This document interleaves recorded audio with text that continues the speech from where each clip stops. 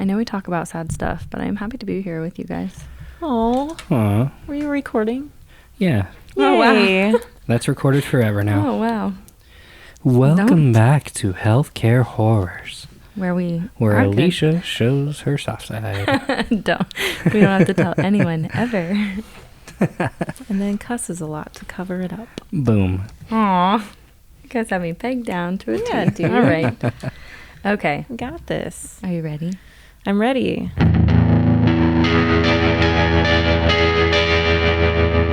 Healthcare horrors.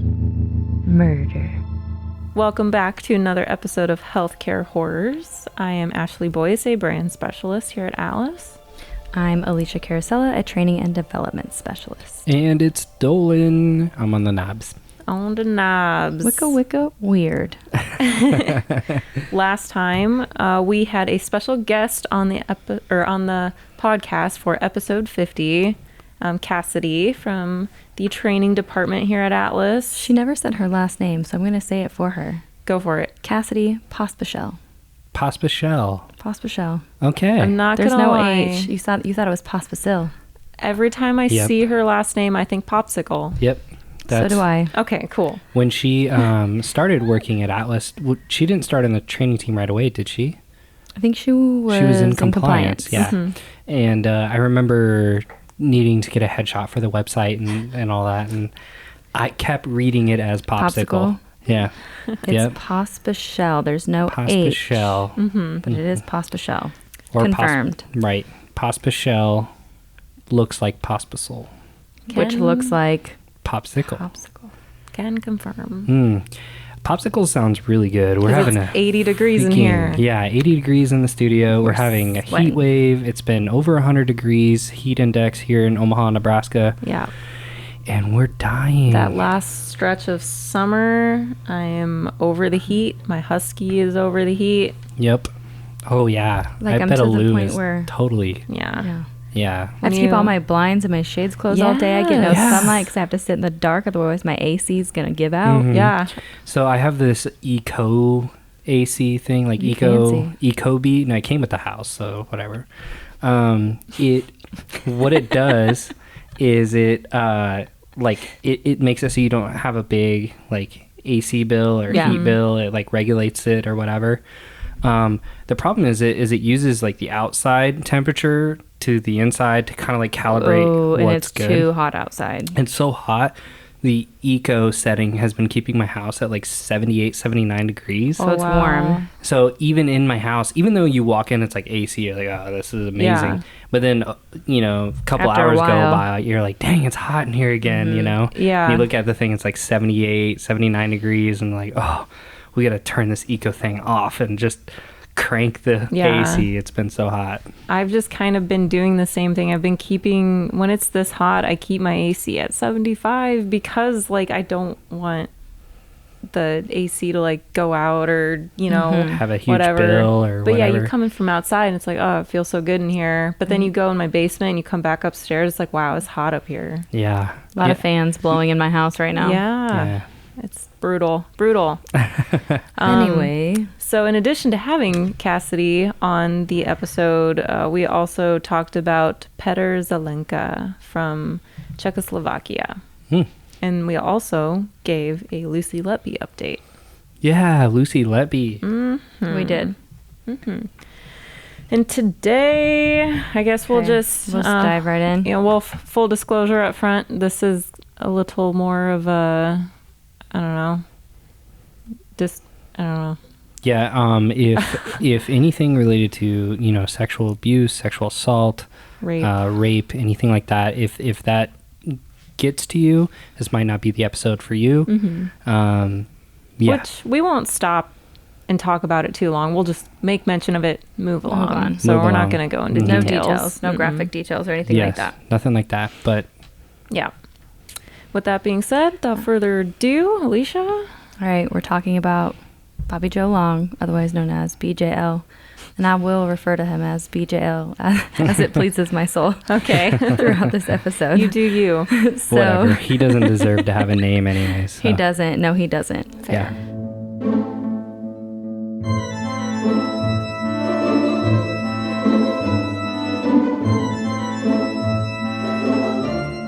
So he was born on October 14th of 1953 in Kenova, West Virginia.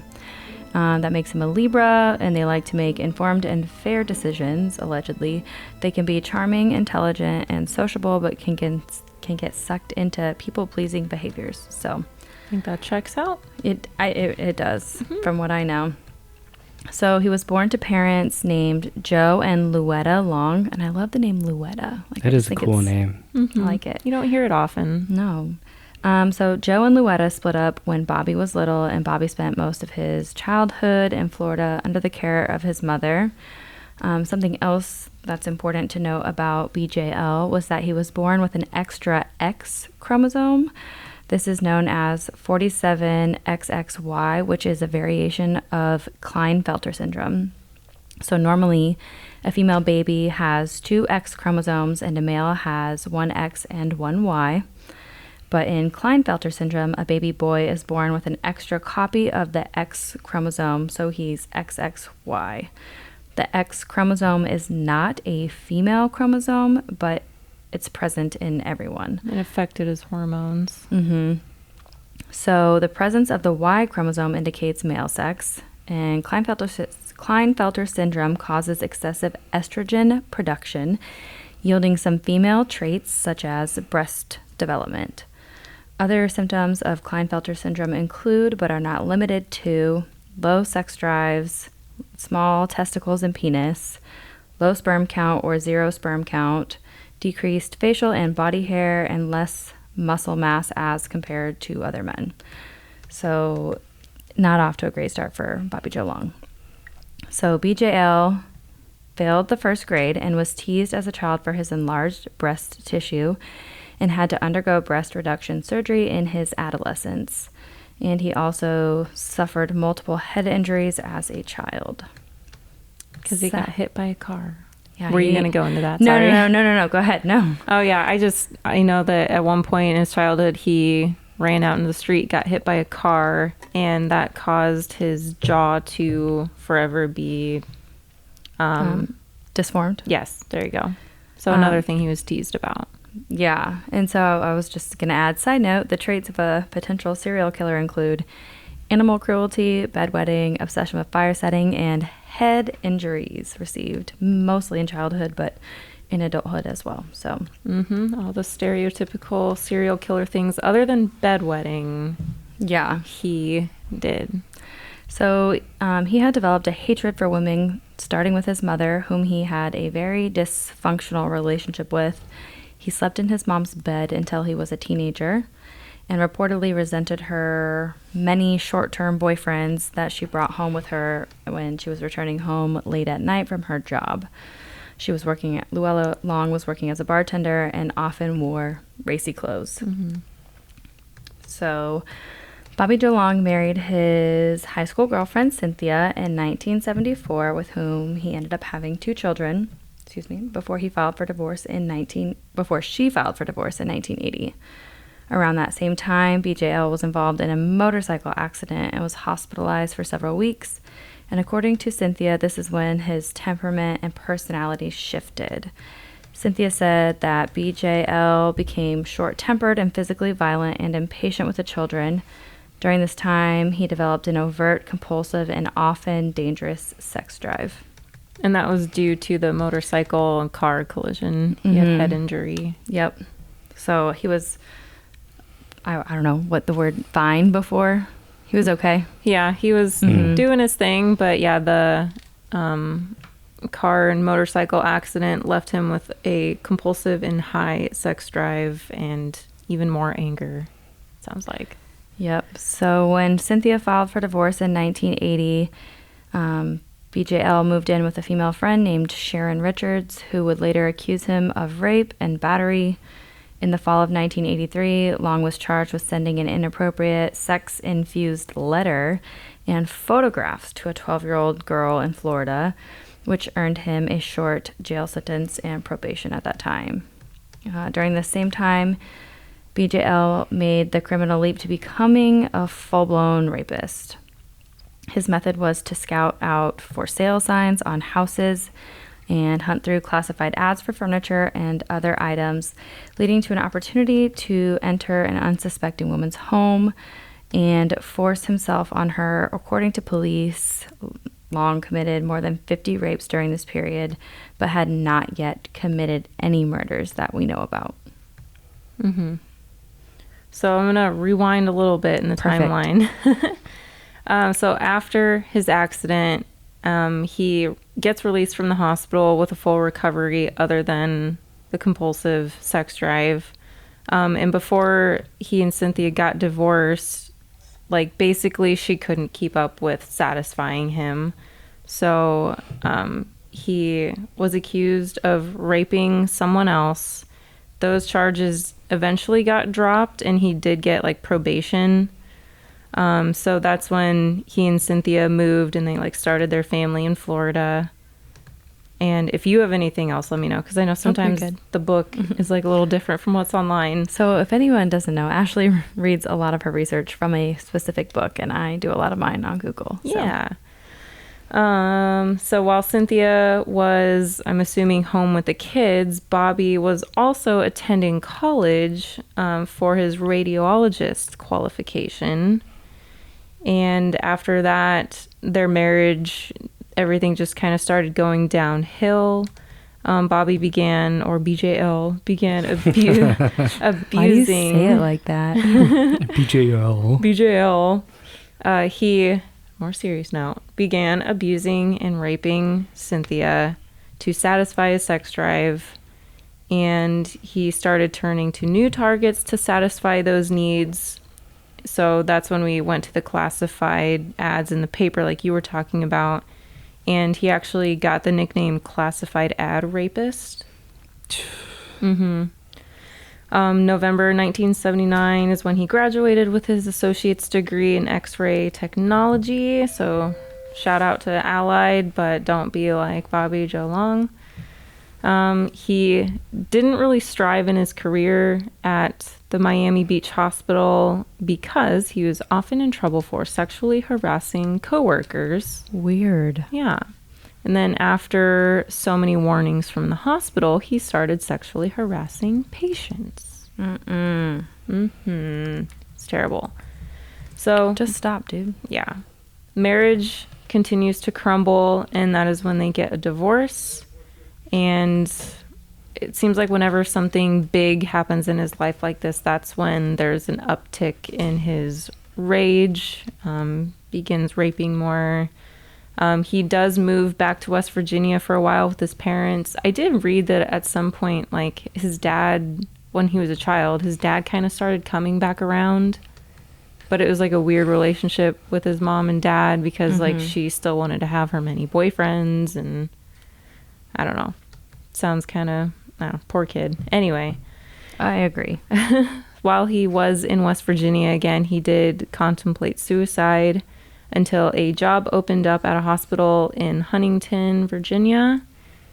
He tried to be on his best behavior, tried keeping his sex drive and impulses in line. He started actually doing well in his job. He excelled.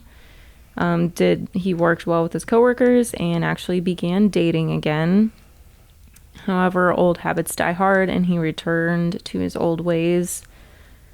The hospital took action on his sexual harassment, and Bobby was let go. So now he returns back to Florida, where he begins working weekend shifts at the Tampa Bay clinic and starts his classified ad rampage again. Sadly, during the week, it seemed like these cases usually happen when maybe a woman was like at home by herself, you know, if a husband was like at work or something.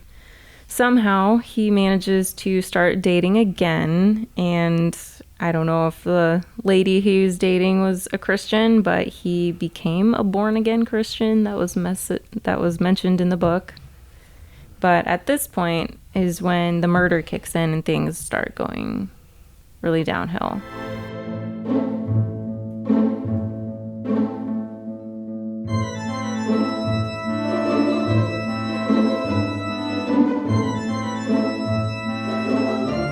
May 13th, 1984, a few boys notify police about finding a body in a field near I-75.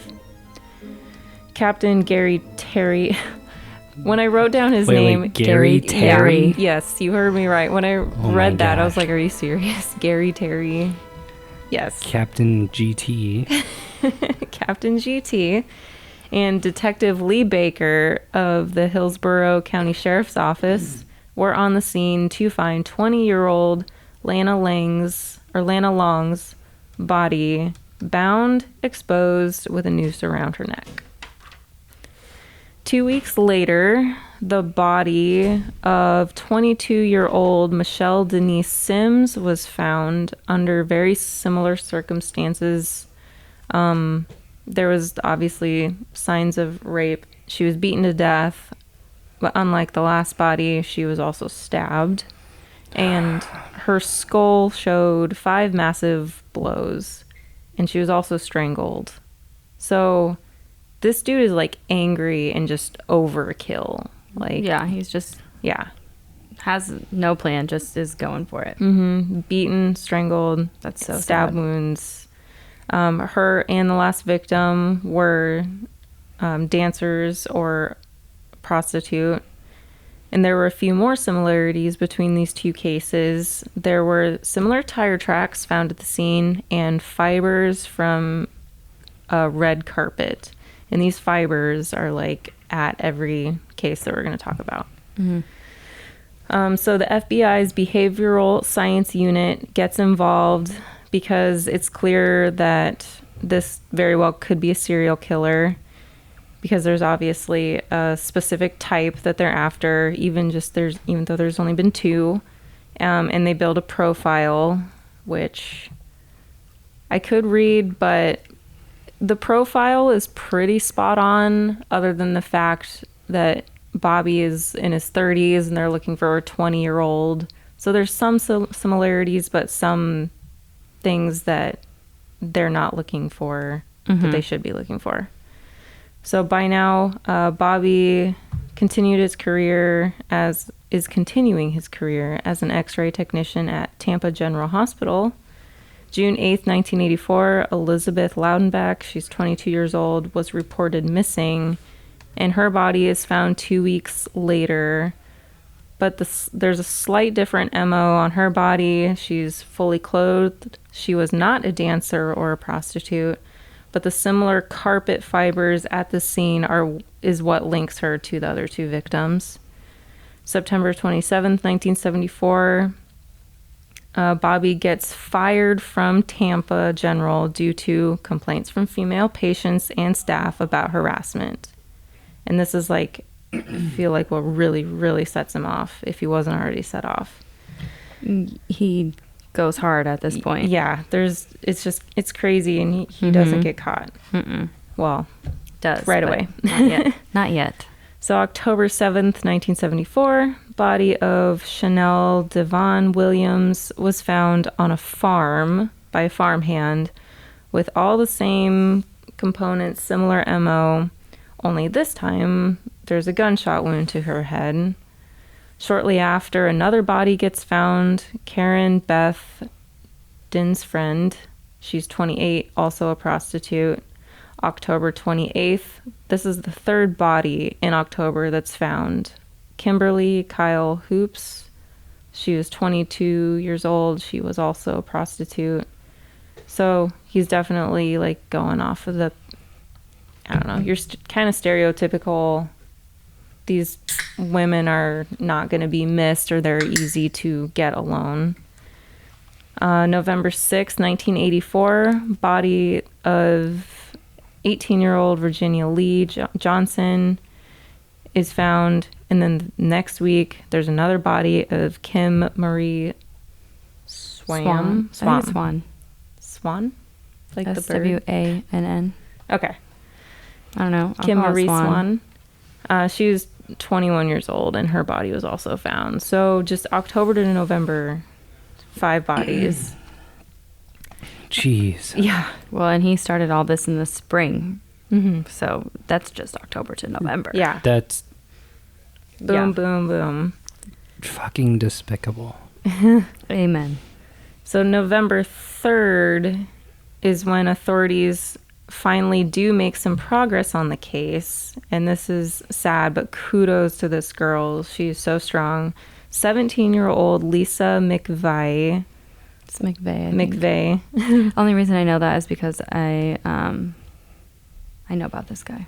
Like I've seen him on like a MCVEY. I think it's McVeigh. Lisa McVeigh gets abducted in broad daylight while she's out riding her bicycle.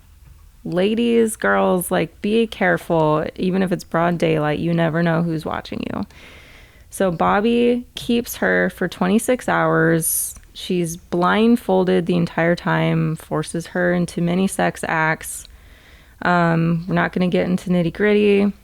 Even though she is blindfolded, Lisa keeps calm and starts earning his trust. And even through the blindfold, she can start like seeing a little bit. Mm-hmm.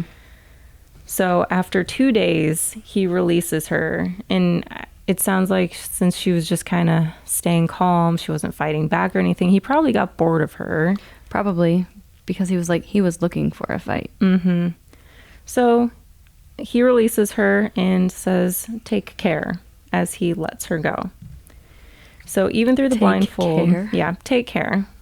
Apparently, at one point, he started getting so comfortable with her, he started calling her babe as well. Oh, no. So even through the blindfold, she was able to gather tons of information for authorities, including a description of him. So the FBI, with this information, is able to update the profile, which, again, is in the book. But, yeah, they're able to update his description, like his facial hair, his build, because he has like a slightly bigger build and everything. She was also able to provide what kind of car he drove and the bank that they stopped at before he released her. Oof. Mm-hmm. Man, he got real comfortable. Maybe he was tired finally. Maybe. So FBI also is able to test the red fibers found on Lisa's clothing to the red fibers found at previous cases.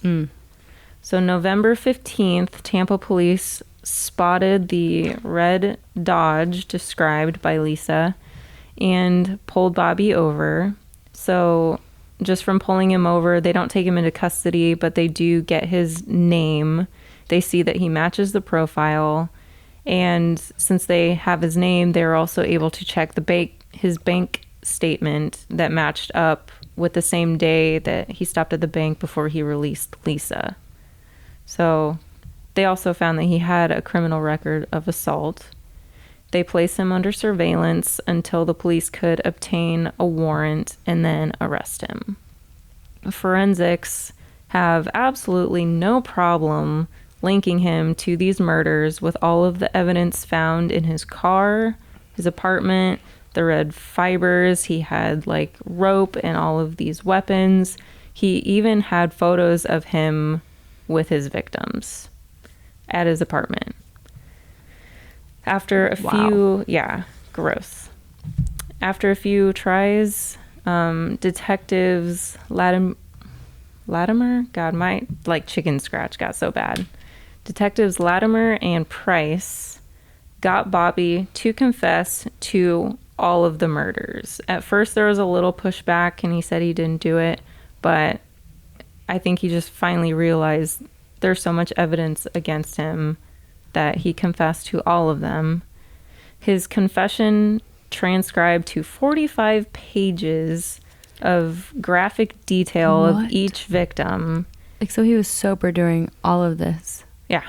Because he remembers it all. Mm-hmm. Like, so fully in it. Mm-hmm. Wow. Absolutely. There was even a 9th victim in his confession that had not been found yet, Vicky Elliott. He also confessed and was linked to the classified ad rapist cases that happened before he even started killing. So with no problem, he was found guilty and charged with 9 counts of murder, 9 counts of sexual battery, 9 counts of kidnapping. And his sentence absolutely like baffles me is it's just so intense. He's sentenced to death, 34 life terms, an additional 693 years in prison. So if I he want to know won, who the judge is. 'Cause right? I would like to Give him a handshake? handshake, a high five, take him to dinner, like whatever. Yeah. Mhm. Like, even if he tried to appeal for good behavior or anything, like, this dude is not getting out. Good. Yeah. Well, and there was another survivor. Was there? Yeah. Who? So I'm thinking, like, did he feel comfortable letting Lisa go? Linda Nuttall. Huh. Yeah, I don't So have he her name. assaulted her in May of 1984, and she survived. I thought Lisa McVeigh was the only one, but maybe because Linda didn't say anything, he was like, okay, well, maybe Lisa won't. Maybe. That's. Did he? Because that was May to November. Huh. Yikes. Mm-hmm. Well, good on her.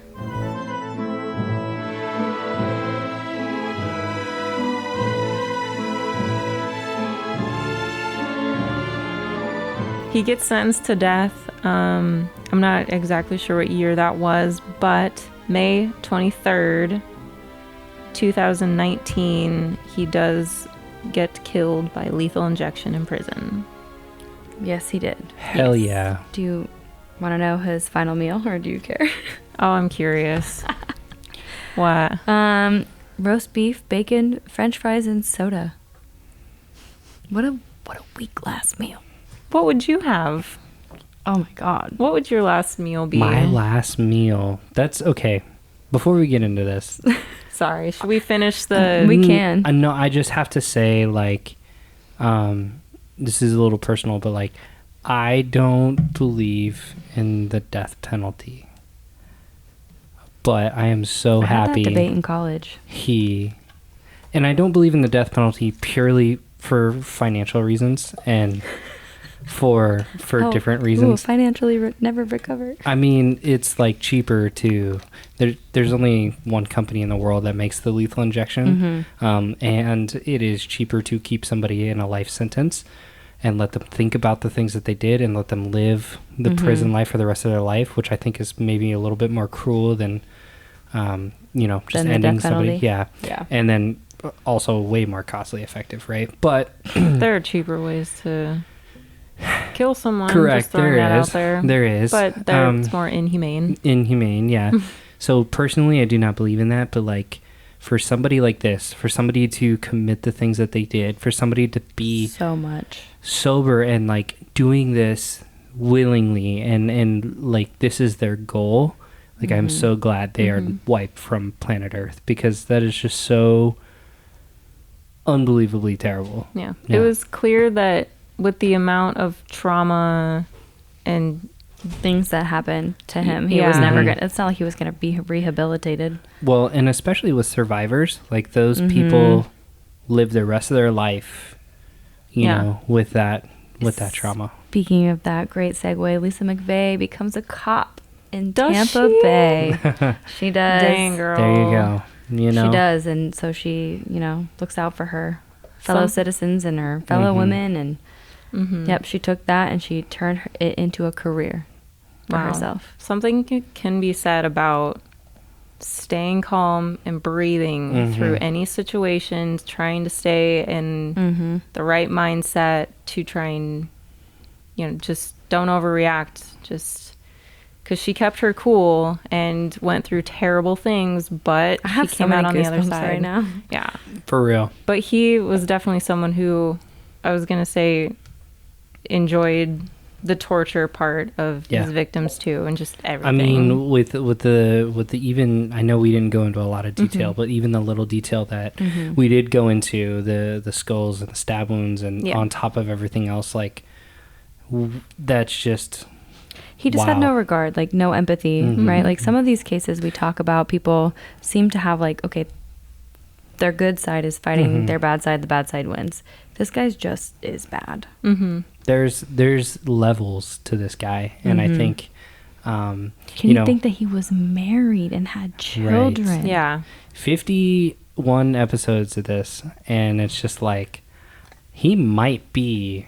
I mean, they're all evil, but like he might be the most. Him and Yosef Mengele. Yeah. There's a lot of gross people out there. Yeah. But that's so horrible to think about too. Mhm. Yeah. At least he got what he did. deserved, justice, and He made no last statement either. Yeah. Nothing on record. No.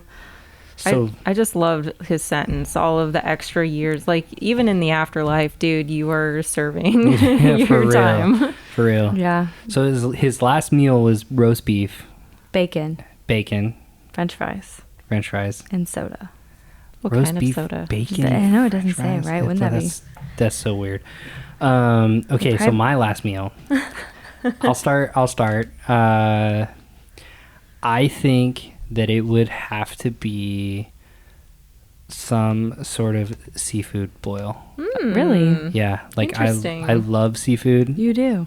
You You didn't grow up near the ocean? No, but I grew up Filipino and Mexican, so a lot of seafood, a lot of Nice. good food, a lot of rice, and a lot of stuff like that. I think seafood boil, or I'd have to go with like a Filipino dish that rains home. My grandma makes all the time. It's chicken adobo. So good. Ooh, that sounds So- delicious. Yeah. That's really solid. What Yeah. about to drink? To drink? Oh shit. Do they let you have excuse me. alcohol as a choice or no? That's don't know. I Probably don't know. not.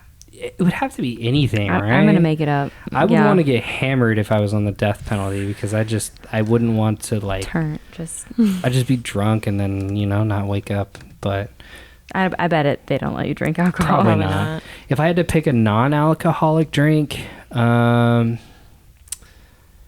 I always said energy drinks were gonna kill me, so I'm gonna have to go with energy drinks. So you just want your heart rate elevated enough. You want Hell to- yeah! multiple times. Let's up the anxiety a bit. Oh, gosh. Dang. What about you, Alicia? Okay, I'm torn. And you're going to... Don't judge me, but I think it might be Whataburger. Really? I've Okay. never had Whataburger. You've never? Never. So Okay.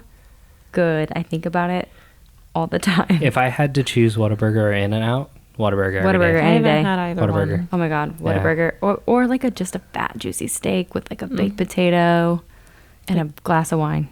There you go. But Whataburger might top it. That's awesome. Yeah, Whataburger is like it's disgustingly good. 1000%. And I might just be in the mood. You never know. Yeah, never. Ashley, what about you? I love mashed potatoes. Oh my Oh God, my girl, God. But same. I also... You guys and my wife both. That is her. She Her jokes all love the time. language? It's like mashed potatoes is my favorite food group.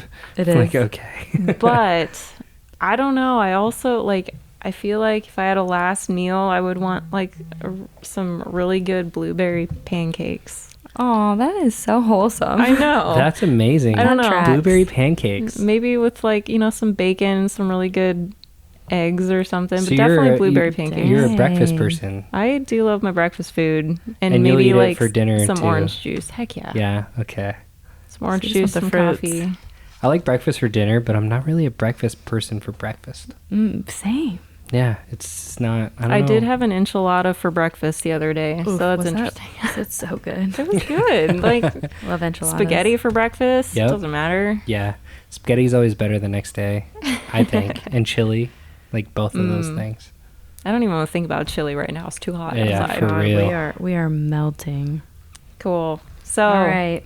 there we go. Bobby Joe Long, nasty dude, got what he deserved.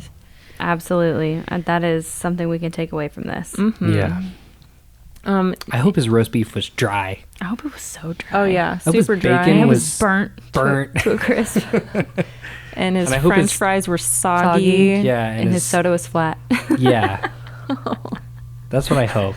I hope they didn't even give him ketchup for any of it. No, he didn't. Ketchup wasn't on the list. There so, you go. I mean, Perfect. all right. Well, that wraps this episode. Sure does. Cool. All right. Well, don't do anything that BJL would do. Definitely Sincerely. Murder. BJ.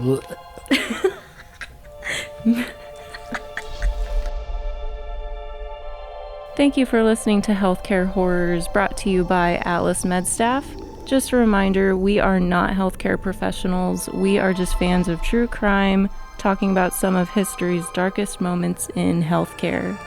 Stay tuned, stay healthy, and stay safe.